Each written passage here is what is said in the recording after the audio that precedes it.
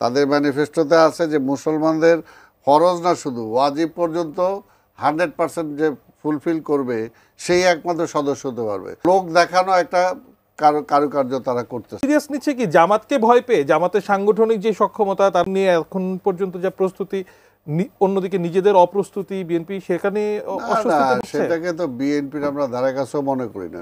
সারা বাংলাদেশে আমাদের সাংগঠনিক যে অবস্থা, না বিএনপি ভয় পাচ্ছে। শুনেন, এই যে জামাত যখন হিন্দু সমাবেশ করছে এবং বলছে যে আগে হিন্দুরা নৌকায় ভোট দিত, এখন তারা দাঁড়িপাল্লায় ভোট দিবে, তো বিএনপি ভয় পাবে না? না, সেটাই মানে ইনক্লুসিভ সোসাইটি জামাতের হাত দিয়ে হচ্ছে, বিএনপি কিছু করতে পারছে না। না না, এটা রাজনীতিটা কোথায় নিয়ে গেছে জামাত, সেটা মানে তার কথার মধ্যে দিয়ে কিন্তু আজকে প্রমাণ হলো। অর্থাৎ আজকে হিন্দুদেরকে নিয়ে তারা করতে। আমি এই জন্য প্রশ্ন করতে চাই যে কোনো হিন্দু ধর্মাবলম্বী কি মানে জামাতের সেক্রেটারি জেনারেল বা ওই শুরার সদস্য হতে পারবে?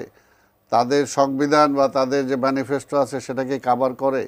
তাদের ম্যানিফেস্টোতে আছে যে মুসলমানদের ফরজ না শুধু ওয়াজিব পর্যন্ত 100% যে ফুলফিল করবে সেই একমাত্র সদস্য হতে পারবে।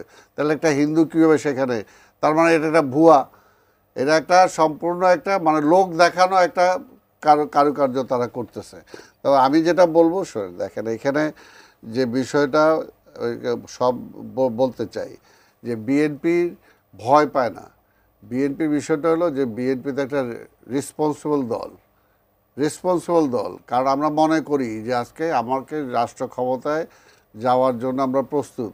আমরা রাষ্ট্র ক্ষমতায় গেলে আমি এমন কোনো কমিটমেন্ট করতে পারি না, এমন কোনো ভুয়া আমি কথা দিতে পারি না জাতির সামনে যে আমি ক্ষমতায় যাওয়ার পরে সেটা পালন করতে পারবো, তাই না?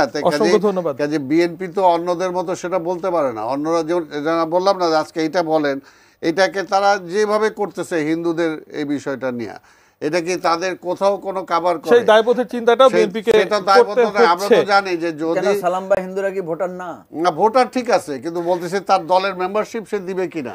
আমরা বলতেছে যে এই আলোচনা আমার মনে হয় আলোচনা নতুন একটা খোরাক আমরা পেলাম। পরবর্তী আরো একদিন আমি আপনাকে বলি, আমি বলি না,